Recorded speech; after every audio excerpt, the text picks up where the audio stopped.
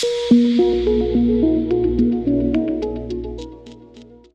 Tuhan, hari ini saya berkhotbah tentang chosen. Saudara dipilih. Dipilih. 1 Petrus 2 ayatnya yang pertama ya, ayat yang pertama. Satu ayat saja itu bisa membuat kita menjadi orang-orang yang luar biasa. 1 Petrus 2. Yuk kita buka yuk. 1 Petrus 2 dikatakan yaitu orang-orang yang dipilih sesuai dengan rencana Allah Bapa kita. Dan yang dikuduskan oleh Roh supaya taat kepada Yesus Kristus dan menerima percikan darahnya, kiranya kasih karunia dan damai sejahtera makin melimpah atas kamu. Luar biasa. Yang pertama di ayat yang pertama dikatakan dipilih sesuai dengan rencana Allah. Nah kalau dipilih berarti yang milih siapa? Saya dipilih berarti bukan saya yang milih kan? Dipilih berarti kalau saya dipilih Bu Devi yang memilih saya. Bu Devi memilih saya karena sesuai dengan apa yang dia mau, bukan sesuai dengan apa yang saya mau. Saya mau tinggal di Nangka Utara, Bu Devi mau saya tinggal di Intan Elsi. Bu Devi yang memilih saya, Bu Devi bilang, Bu Yeye pindah ke Intan Elsi. Saya pilih Bu Yeye tinggal di sini, saya nggak mau Bu Yeye tinggal di sana. Oh saya pilih saya tinggal di sana, saya nggak mau di sini. Berarti Bu Devi cancel. Oh berarti Bu Yeye nggak mau dipilih ya tinggal di sana. Saya tidak memilih Bu Yeye, bener nggak? Jadi kita dipilih sesuai dengan rencana Allah. Artinya Allah memiliki agenda, Allah memiliki rencana di dalam kita. Waktu dia melihat kita, dia punya rencana kepada kita, dia yang sudah atur segalanya, dia punya agenda kepada kita, kita harus ada di dalam agendanya Allah. Tidak di dalam agenda saya lagi, tapi saya punya mimpi-mimpi, saya punya rencana-rencana. Saya punya keinginan, saya punya hal-hal yang saya mau lakukan. Tapi di sini dikatakan sesuai dengan rencana Allah. Kalau sesuai rencana Allah kita mematikan, kita menyampingkan apa yang menjadi rencana kita. Rencana Allah lebih dulu. Waktu itu kita menjawab, ya Tuhan pilih saya. Kalau kita mau kita masuk di dalam agenda Tuhan. Nah di dalam agenda Tuhan yang tulis agenda siapa? Saudara atau saya? Saudara atau Tuhan? Tuhan dong. Jadi dipilih sesuai dengan rencana Allah artinya Tuhan sudah punya list apa saja yang harus kita lakukan. Urusan Tuhan adalah bagian Tuhan. Memanggil, memilih. Urusan kita taat dan setia. Taat saja, taat saja. Apa arti taat? Saya baru komen tadi pagi di statusnya Nadab. Taat artinya tidak ada alasan titik. Aduh Tuhan jangan sekarang dong. Aduh Tuhan saya ini masih muda jangan saya. Aduh Tuhan saya nggak pinter bicara. Aduh Tuhan saya gagap. Aduh Tuhan saya bodoh. Aduh Tuhan saya kurang. Aduh Tuhan saya nggak sekolah SPPT. Aduh Tuhan saya nggak S1, S2, S3. Tuhan bilang Tuhan pilih saudara sesuai dengan rencananya dan Tuhan tahu apa yang Tuhan akan lakukan. Bagian Tuhan, bagianmu fokus aja. Karena Tuhan tahu apa yang harus dia lakukan. Amin. Nah yang kedua adalah dikuduskan. Dikuduskan oleh Roh supaya taat kepada Yesus Kristus. Dikuduskan oleh Roh. Saudara ada roh gak di dalam saudara? Kalau gak ada coba deh. Rohnya gak kelihatan kan? Kalau roh kayak ghost ya hantu itu kelihatan. Ya lucu ya si ghost itu kelihatan putih gitu kan. Loncat-loncat kemarin ada yang nabrak ghost gitu kan. Kemarin Yorhan nabrak ghost di depan kantor saya. Katanya ada hantu dia tabrak hantu. Ya nggak tahu hantu yang mana, saya nggak pernah tabrak hantu, ya. Tetapi roh Allah itu adalah roh yang ada di dalam kita.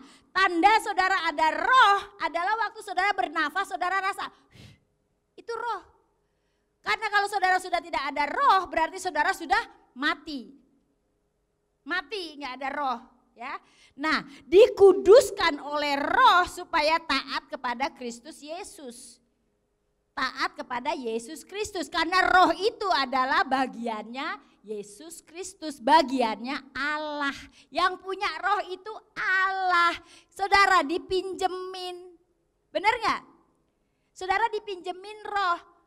Masa iya sih, bukannya udah ada dari sananya. Bapak Ibu, roh kita ini dipinjemin dan kita harus bertanggung jawab atas roh kita. Yang benar aja, benar. Waktu Yesus di taman, waktu Allah ada di taman, dia ambil tanah liat, dibentuklah seorang manusia Rudi, ya kan? Dikasih nama pula, namanya Rudi Saragi, gitu kan? Matanya rada sipit, ya kan? Orangnya rada lucu, itu udah ada karakternya. Tetapi semua itu tidak berguna apa-apa, biar dia cantik, biar dia ganteng, biar dia kuat, biar dia seperti apa. Nggak ada gunanya tanpa roh Allah di dalamnya.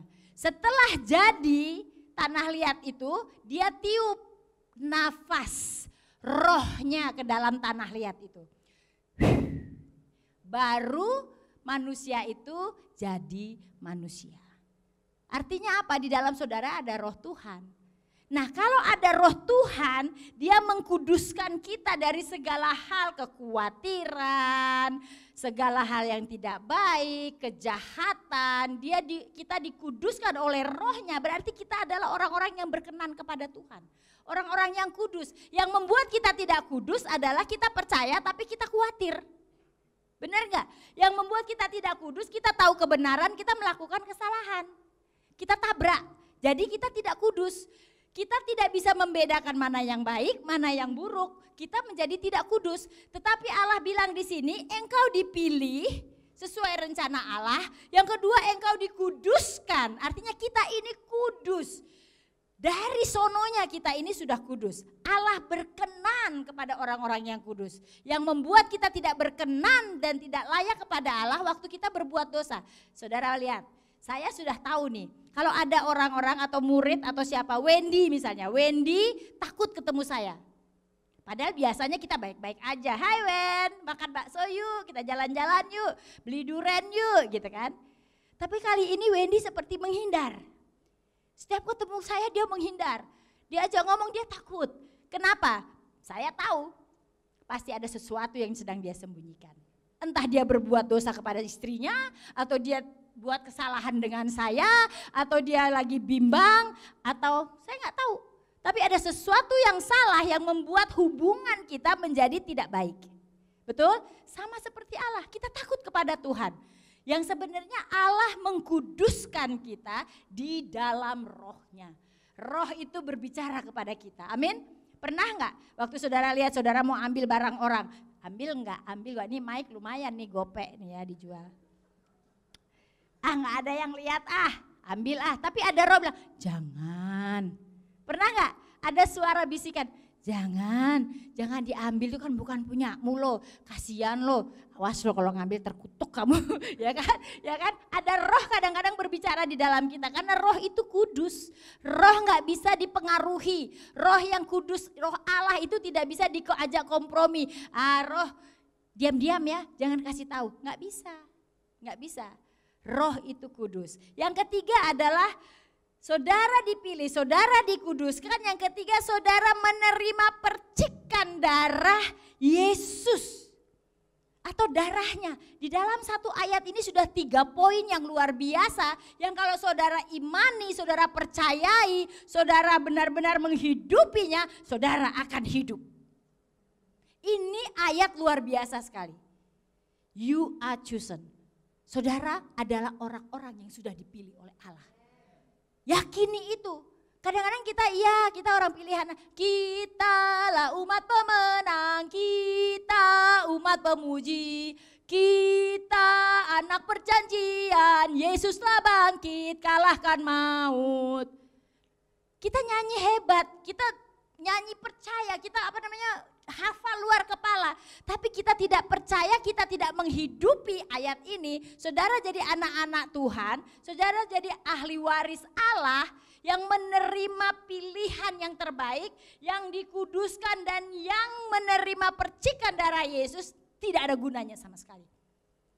Karena percayanya saudara adalah percaya hari ini percaya besok enggak. Hari ini percaya besok ragu-ragu. Hari ini percaya berdoa minta mujizat, keajaiban Tuhan, kesembuhan, pemulihan. Tiba-tiba saudara khawatir, ya apa enggak ya? Kira-kira gue sembuh enggak ya? Kira-kira saya sembuh enggak ya? Saya diselamatkan enggak ya? Mungkin saya tidak diselamatkan. Saudara ragu. Waktu saudara ragu, hal ini tidak ada gunanya sama sekali. Tidak ada gunanya sama sekali. Nah, Allah melakukan apa yang Allah lakukan, kita melakukan apa yang kita lakukan. Allah menyediakan segalanya.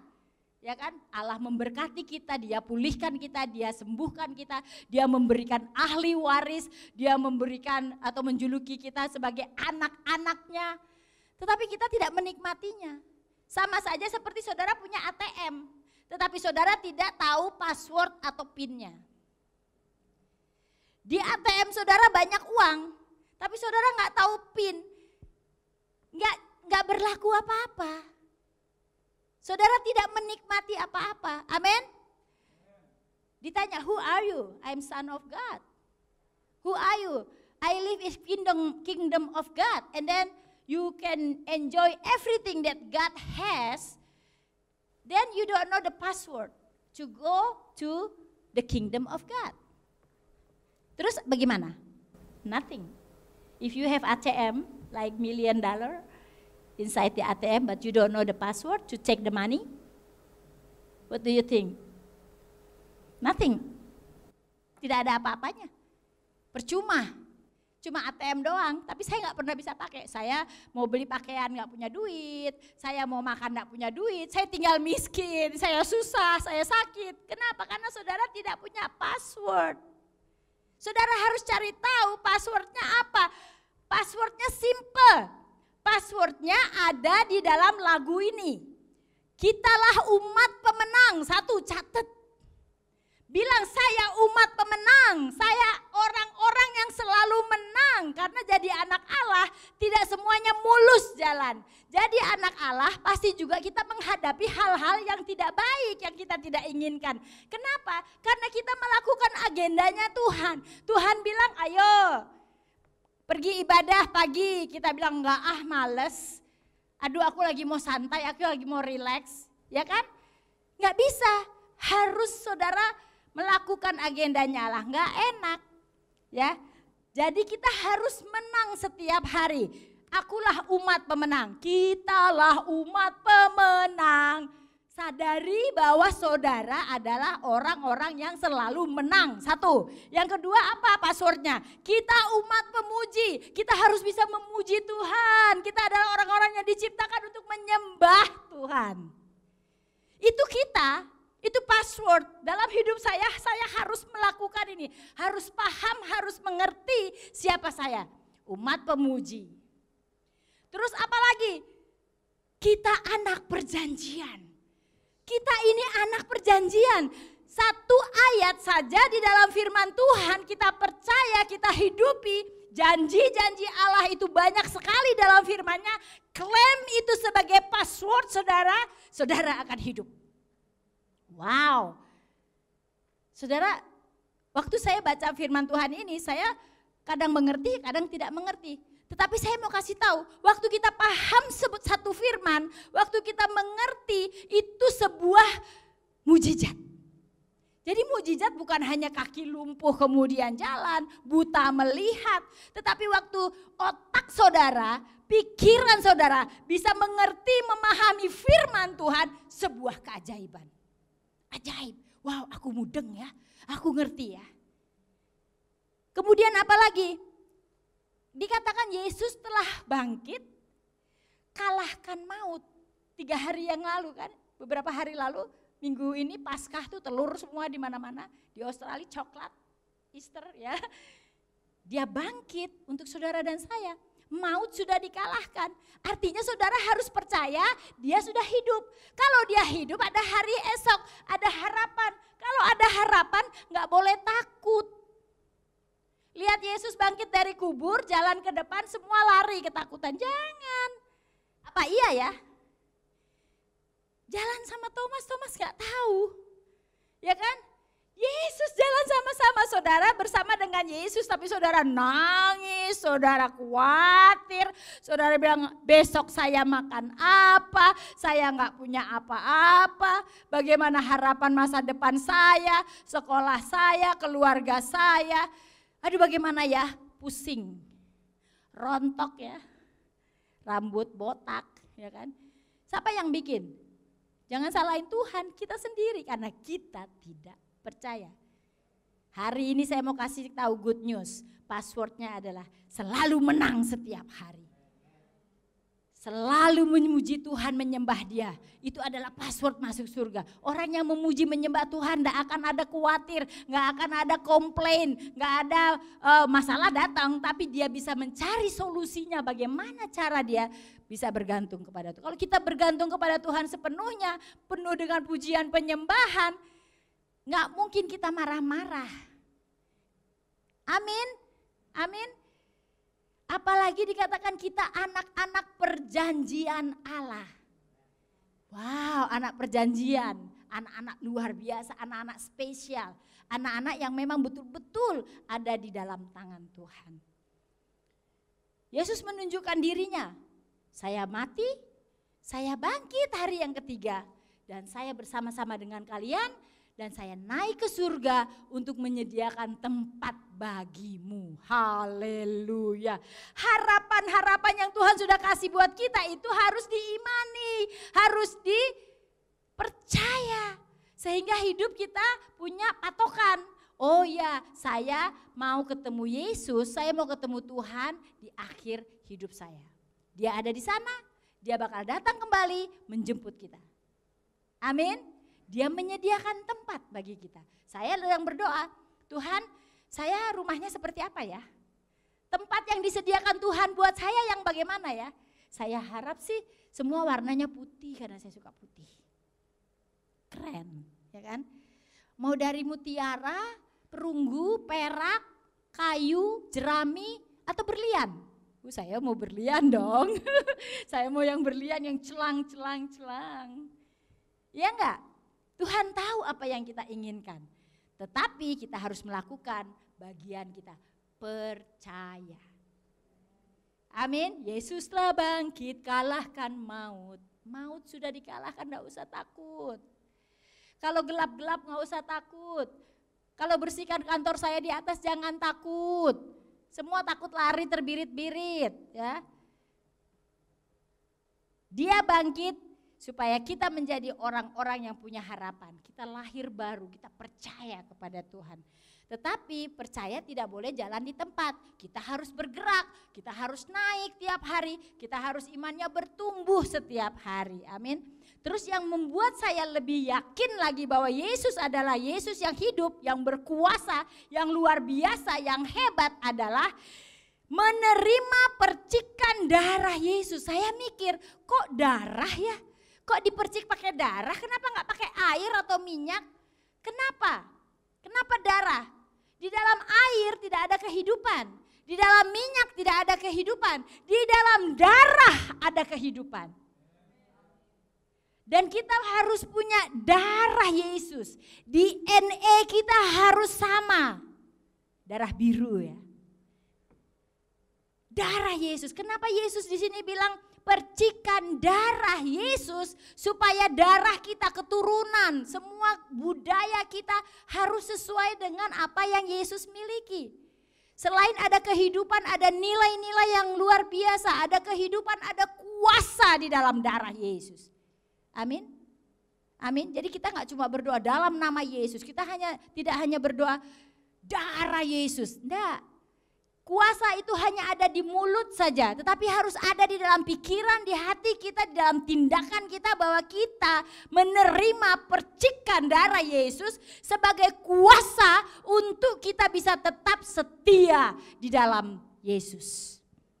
Itu enggak murah saudara, itu mahal harganya. Dia harus menjalani salib. Sengsara mati di atas kayu salib, dikuburkan, dihina, dilecehkan, tidak sebanding dengan apa yang kita dapat hari ini. tidak bisa dibayar saudara. Tetapi mahal sekali harganya. Percikan darah Yesus. Saudara menerima percikan darah Yesus enggak? Ini yang saya bilang tadi, kalau kita memahami ini, kita tahu persis, maka kita akan menghargai hidup itu seperti apa. Kita bisa menjadi orang-orang yang setia kepada Tuhan. Pahami bagaimana Yesus sudah berjanji dan mengangkat kita, memilih kita menjadi anak-anaknya. Yang teristimewa lagi adalah menjadi ahli waris. Wow, luar biasa kalau saya ahli waris. Wow, ahli waris itu ke notaris, pakai meterai, semua harus disahkan dengan kuasa. Walaupun meterainya cuma 10.000, tapi meterai 10.000 itu yang diakui, yang dilegalkan dan itu mahal harganya. Bukan meterainya yang 10.000 mahal, tapi warisannya itu loh. Amin. Saudara punya menjadi ahli waris ini sudah dimeterai oleh darah Yesus. Gak 10.000, mahal banget. Masa saudara gak mau terima? Kita terima itu. Percaya bahwa saudara adalah anak-anak Tuhan, ahli waris Tuhan. Beri kemuliaan buat Tuhan. Wow, luar biasa. Saya gak takut akan hidup saya. Saya nggak takut masa depan saya. Saya nggak takut nanti kemana saya. Karena saya tahu saya di dalam Tuhan. Tuhan punya rencana di dalam saya. Saya adalah orang-orang yang dipilih oleh Allah. Jangan pakai alasan seperti Yeremia. Yuk, Yeremia 18 ayat 1 sampai dengan 10. Apa katanya itu Tuhan di situ?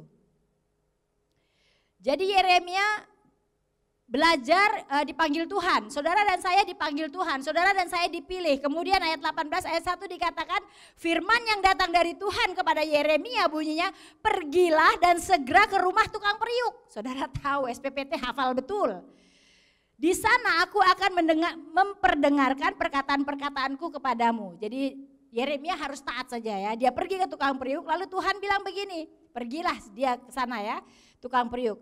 Terus Tuhan bicara, apabila bejana yang sedang dibuatnya dari tanah liat di tangannya itu rusak, maka tukang periuk itu mengerjakannya kembali menjadi bejana lain menurut apa yang baik pada pemandangannya. Saya ada pot bunga di sini. Saudara disuruh pergi ke tukang periuk kan? Kemudian ada pot bunga di sini mulus ya. Saya bawa ini anggap aja bejana yang sedang dibuat periuk. Bagus ya. Tetapi apakah si tukang pot ini, tukang periuk ini menjadikan ini sekali jadi? Jadi bagus, wah dia bikin aja cerek langsung jadi, enggak kan? Tadinya ini apa, pasir-pasir, semen ya kan? Kristal mungkin, porselen ya kan? Itu bikinnya enggak gampang, dia harus pisahkan yang jelek-jelek yang dia tidak mau, dia ambil yang dia mau, kemudian dia buat, kurang bagus ya, masih ada kerikil-kerikil, dipecahkan lagi, dihancurkan lagi, dibuat lagi yang bagus. Jadi sesuai dengan siapa? Sesuai dengan saudara atau sesuai dengan yang saya mau? Pot ini jadi sesuai dengan apa yang saya mau. Kalau masih belum bagus saya nggak mau. Saya mau bunder, saya mau lonjong, saya mau dia itu sedikit menonjol. Saya mau, saya bentuk dia. Saya yang bentuk dia. Dia nggak boleh bentuk dirinya sendiri. Nggak enak Yosua. Amin. Yosua maunya ke kiri, saya maunya ke kanan. Nggak enak. Yosua harus bisa berkorban, menyerahkan dirinya, mengesampingkan keperluannya untuk apa yang penjunan ini sedang lakukan. Nggak enak. Terserah saya mau bikin seperti apa. Sakit. Enggak apa-apa. Tapi saudara harus paham bahwa rencana atau tangan Tuhan yang membentuk saudara tidak akan pernah membentuk saudara dan menghancurkan saudara. Dia pasti membentuk untuk sesuatu yang indah. Amin. Amin. Kemudian dikatakan di situ kalau dia rusak maka tukang periuk itu mengerjakannya kembali menjadi bejana lain menurut apa yang baik di pemandangannya. Kemudian firman Tuhan datang lagi di ayat yang ke-6.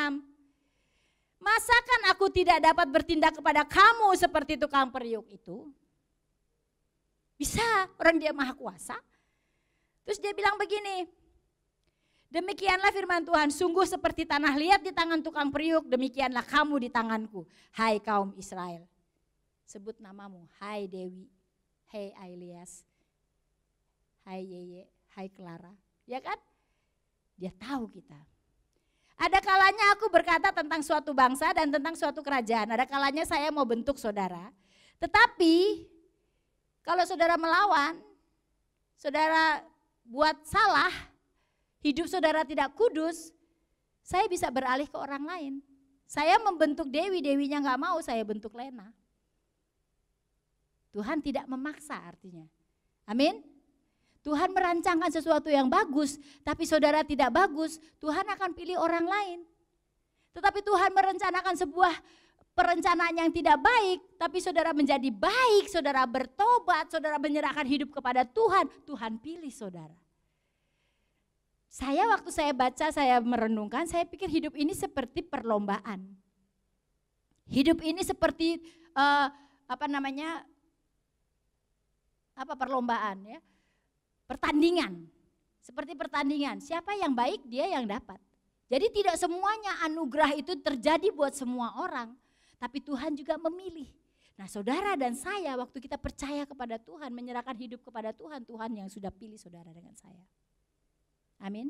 Yeremia dipilih oleh Tuhan. Belajar dari tukang periuk. Apapun keberadaan saudara, kondisi saudara, Tuhan yang sudah pilih saudara. Siapa Tuhan sih? Ya kan, luar biasa. Amin. Tetapi apabila mereka melakukan apa yang jahat di depan mataku dan tidak mendengarkan suaraku, maka menyesallah aku. Bahwa aku hendak mendatangkan keberuntungan yang kujanjikan itu kepada mereka. Tuhan bisa berubah. Dia merubah apa yang dia rencanakan. Karena dia tidak mau paksa orang. Itu sebabnya saya bilang waktu saudara baca firman Tuhan, saudara paham, saudara mengerti, itu sebuah mujizat. Kalau hari ini saudara baca, saudara tidak mengerti, baca lagi besok. Kalau besok saudara tidak mengerti, baca lagi, baca lagi, baca lagi, baca lagi. Maka sampai saudara tahu persis bahwa Tuhan berbicara kepada saudara. Saudara mengerti, saudara paham, itulah password saudara untuk menjadi ahli waris Allah.